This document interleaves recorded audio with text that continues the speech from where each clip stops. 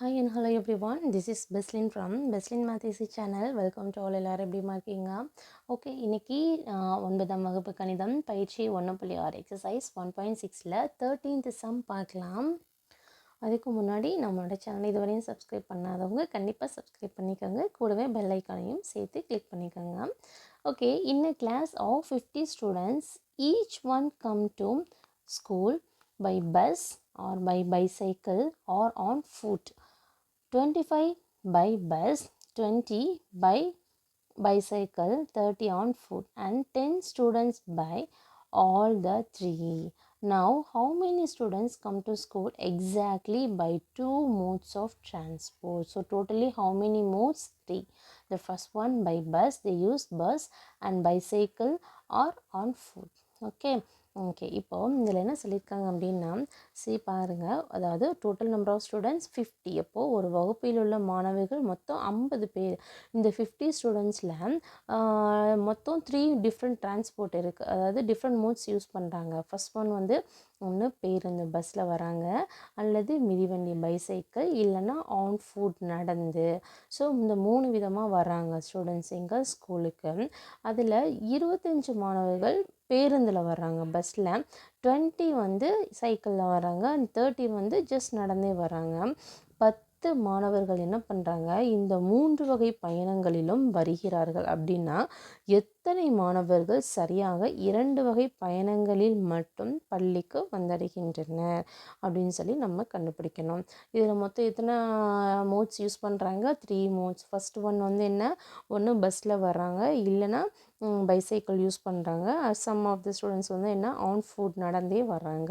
அப்போ மொத்தம் இது வந்து எப்படி பண்ணுறோன்னா 3 சர்க்கிள் வந்து நம்ம ட்ரா பண்ணணும். ஓகேவா, 3 செட்டு இருக்குது இதில்.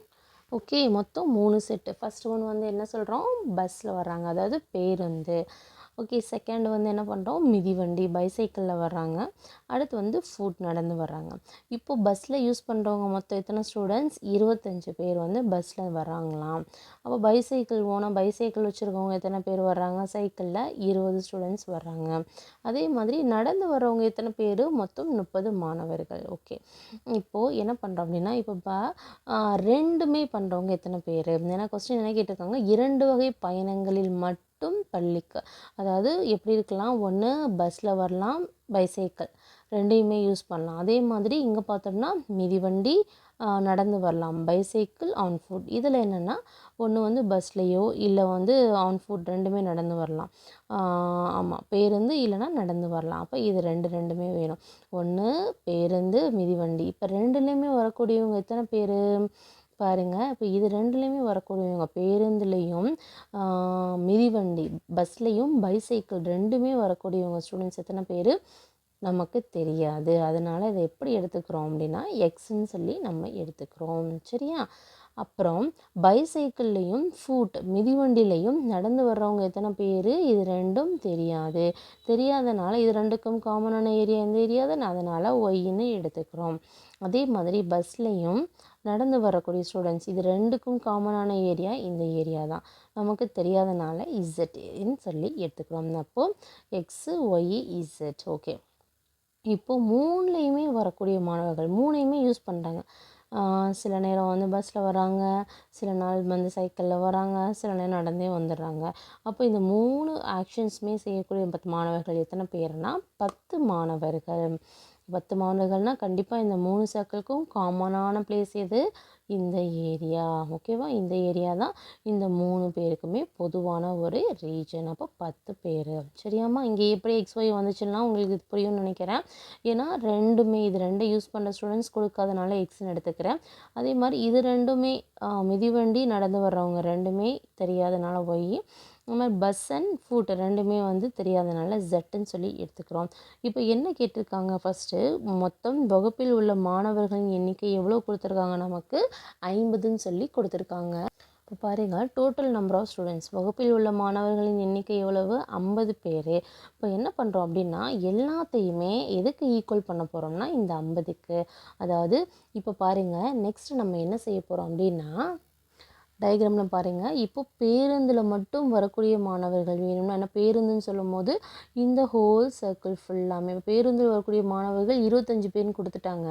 ஆனால் இங்கே எப்படி அப்படியா இருக்குது? இல்லை. அதாவது பேருந்துலேயும் மிதிவண்டிலையும் வரக்கூடிய மாணவர்கள் இருக்காங்க, 3மே வரக்கூடிய மாணவர்களும் இருக்காங்க.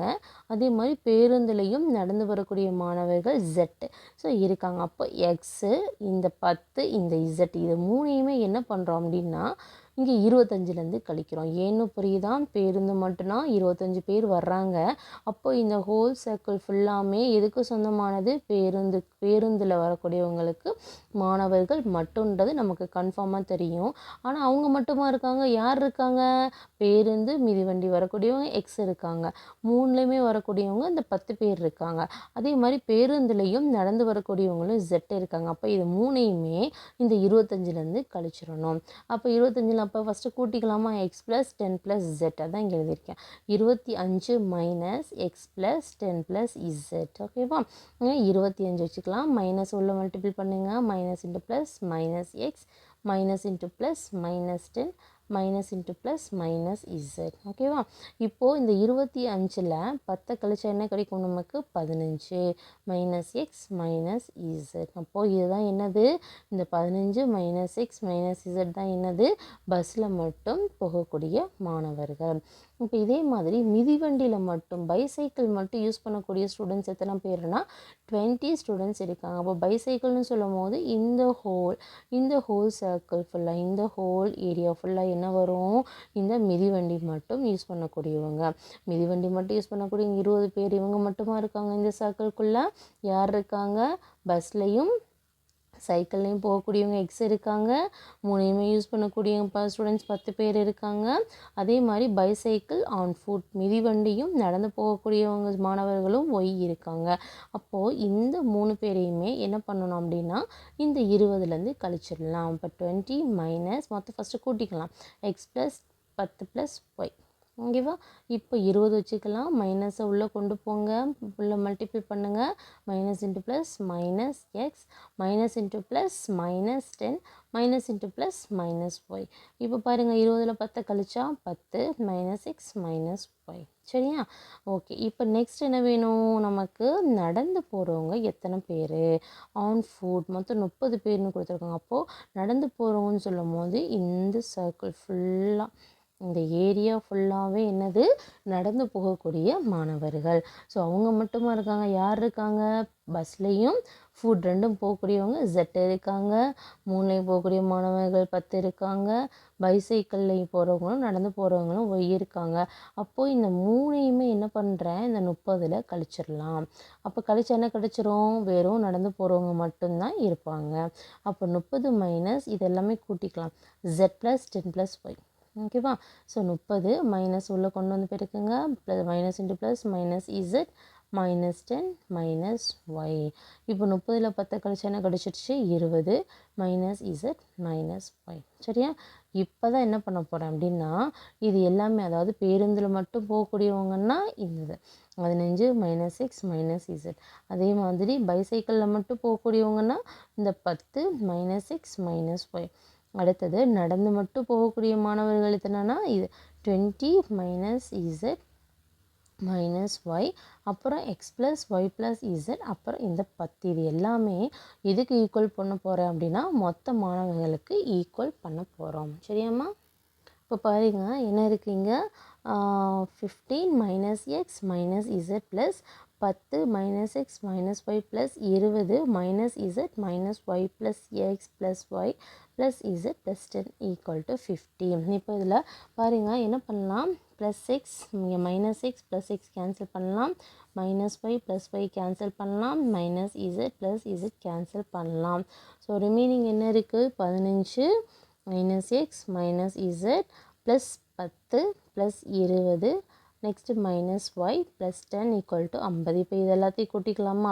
15 10 கூட்டினா என்ன கிடைக்கும் நமக்கு? 25. 25ஓட ஒரு 20 கூட்டினா 45. 45ஓட ஒரு 10 கூட்டினா என்ன கிடைச்சிடும்? 55. அடுத்து வேரியபிள் என்ன இருக்குது? Minus X minus Y minus Z is equal to 15 சொல்லி நெக்ஸ்ட் ஸ்டெப் வரும். ஓகேவாம்மா? ஸோ அதான் இங்கே எழுதியிருக்கேன். இப்போது இந்த X X minus Y minus Z வச்சுக்கலாம் இஸ் ஈக்குவல் டு 50. இந்த 55 ப்ளஸ்ஸாக இருக்கிற இந்த பக்கம் வரும்போது என்னவாயிடும்? -55ஆக மாறிடும். இப்போது X minus Y minus Z is equal to 50 minus 55 என்ன? 5. அது இது மைனஸ். ஸோ -5 கிடைக்கும். ஏன்னா மைனஸ் தான் பெரிய நம்பரோட சைன் என்ன? மைனஸ். அப்போ கழிச்சிட்டு பெரிய நம்பரோட சைன் போட்டால் -5. இப்போ எல்லாத்துலேயும் மைனஸ் காமன் இருக்கா? ஸோ காமனாக வெளில எடுத்துட்டா எனக்குள்ள என்ன ஆகிடும்? ப்ளஸ் ஆகிடும். இப்போ X plus Y plus Z is equal to -5. எப்படி வந்துச்சுன்னு புரியுதா? இப்போ உள்ளே கொண்டு போனீங்கன்னா மைனஸ் இன்ட்டு ப்ளஸ் -6 வந்துடும். அதே மாதிரி இதே மல்டிபிள் பண்ணும்போது minus into plus -y minus into plus -z ஆகிடும். ஸோ எல்லாத்துலேயும் காமனாக இருக்கிறனால மைனஸை பொதுவாக வெளியில் எடுத்துகிட்டு கூட்டியாச்சு -5. இப்போ இந்த மைனஸையும் அடிச்சுட்டு X plus Y plus z is equal to 5. இப்போ கொஸ்டினில் நமக்கு என்ன கேட்டாங்க? The students come to school exactly by 2 modes of transport. அப்போது சரியாக 2 வகை பயணங்களில் மட்டும் பள்ளிக்கு வரும் மாணவர்களோட எண்ணிக்கை என்ன கிடைச்சது நமக்கு? நம்பர் ஆஃப் ஸ்டூடெண்ட்ஸ் என்ன கிடைச்சாங்க? 5 பேர் மட்டும்தான் அந்த மாதிரி வர்றாங்க. சரியாம்மா? இதோட இந்த சம் கம்ப்ளீட் ஆகுது. ஓகே, என்னோட டீச்சிங்கில் ஏதாவது உங்களுக்கு டவுட்ஸ் இருந்ததுன்னா கண்டிப்பாக கமெண்ட் பண்ணுங்கள், லைக் பண்ணுங்கள், ஷேர் பண்ணுங்கள். கூடவே சப்ஸ்கிரைப் பண்ணுங்கள். உங்கள் ஃப்ரெண்ட்ஸ்க்கும் இன்ஃபார்ம் பண்ணுங்கள். Okay, thank you.